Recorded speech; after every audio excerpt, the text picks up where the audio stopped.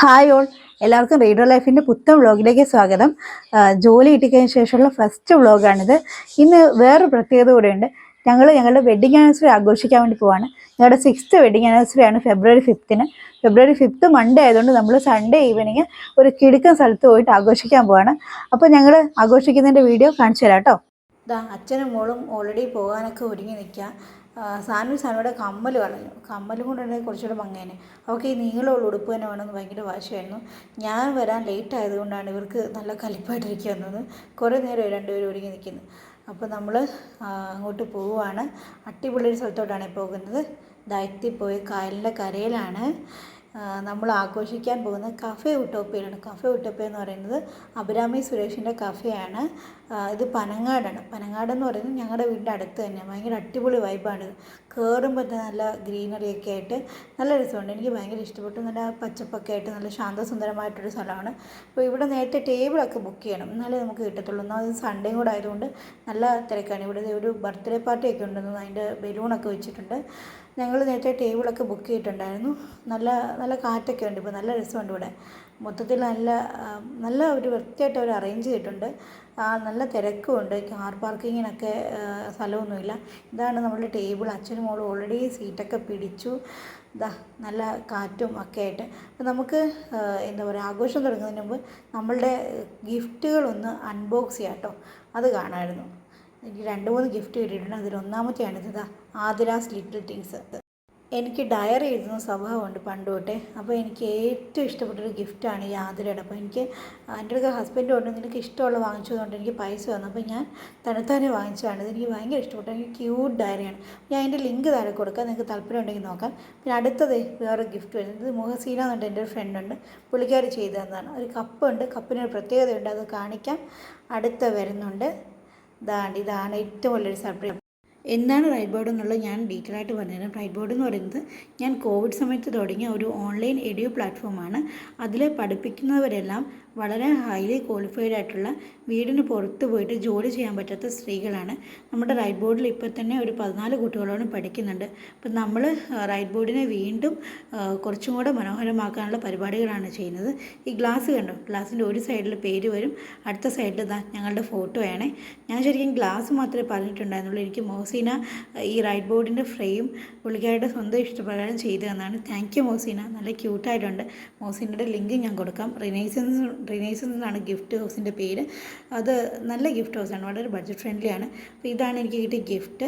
എല്ലാം എനിക്ക് ഭയങ്കര ഇഷ്ടപ്പെട്ടു. പിന്നെ ഇവിടെ ഫുഡ് കിട്ടാൻ കുറച്ച് താമസമാണ്.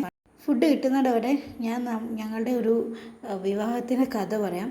അതിന് കഥയായിട്ട് പ്രത്യേകിച്ച് പറയാനൊന്നുമില്ല. നമ്മളുടെ ലവ് മാരേജ് ഒന്നുമല്ല, പക്ക അറേഞ്ച് മാരേജ് ആയിരുന്നു. മാട്രിമോണിയിൽ കണ്ടു, ഇഷ്ടപ്പെട്ടു, അങ്ങനെയാണ്. പിന്നെ നമ്മളുടെ സ്വഭാവത്തിൻ്റെ പ്രത്യേകത പറയാനാണെങ്കിൽ ഞാൻ ഭയങ്കര ടോക്കറ്റീവും എൻ്റെ ഹസ്ബൻഡ് ഭയങ്കര ഇൻട്രോവേർട്ടുമാണ്.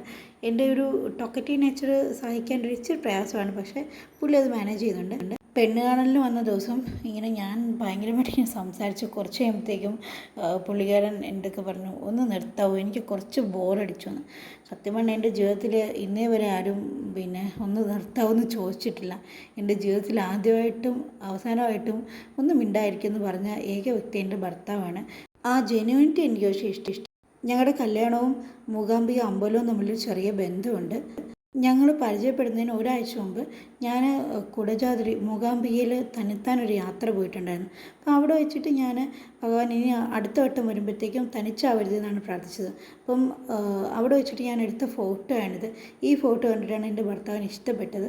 അപ്പം അങ്ങനൊരു മൂകാംബികയായിട്ടൊരു കണക്ഷൻ നമ്മളുടെ കല്യാണത്തിനുണ്ട്.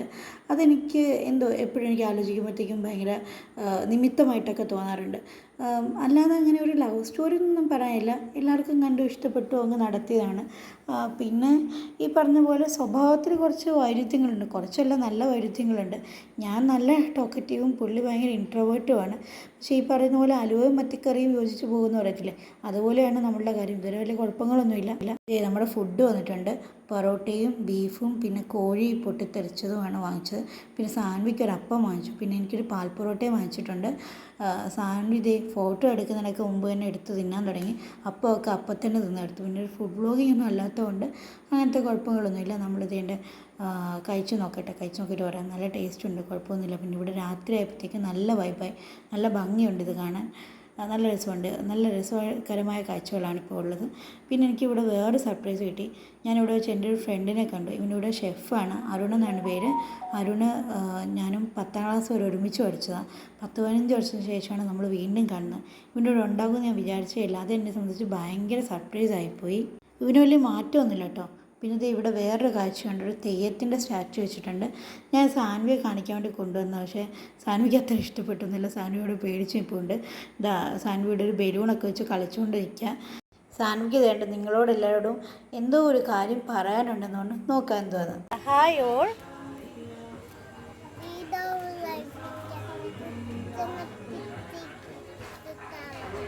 ഇനി ഒരു ചെറിയ കേക്ക് മുറി കൂടെയുണ്ട് ബാക്കി. പിന്നെ അന്ന് എൻ്റെ ഒരു ഫ്രണ്ട് എനിക്ക് ചെയ്തു തന്നു, ലിജി രഞ്ജിത്ത് എന്ന് പറഞ്ഞിട്ട്. എനിക്ക് കാനഡ വെച്ചിട്ട് കഴിക്കണമെന്ന് ഭയങ്കര ആഗ്രഹമുള്ള കേക്കായിരുന്നു ഈ ഡ്രീം കേക്ക്. ലിജിയുടെ വീട് പള്ളുരുത്തിയാണ്. നമ്മൾ വരുന്ന വഴിക്ക് പള്ളുരുത്തി അവിടെ അടുത്ത് പോയിട്ട് വാങ്ങിച്ചുകൊണ്ട് വന്ന. സാൻവിയാണെങ്കിൽ ഭയങ്കര കേക്കിൻ്റെ ആരാധികയാണ്. സാൻവിക്ക് കേക്ക് എന്ന് വെച്ച് കഴിഞ്ഞാൽ പ്രാന്താണ്. അപ്പോൾ സാൻവിക്ക് ആദ്യം കൊടുത്ത് നോക്കാം, സാൻവിക്ക് ഇഷ്ടപ്പെടുമെന്ന് നോക്കട്ടെ. സാൻവി ഇങ്ങനെ വാ തുറന്നിട്ട് ഇരിക്കാൻ തോന്നും. അത് ഭയങ്കര ആക്രാന്തം പിടിച്ചിട്ടിരിക്കുകയാണ് കേക്ക് തിന്നാൻ വേണ്ടിയിട്ട്.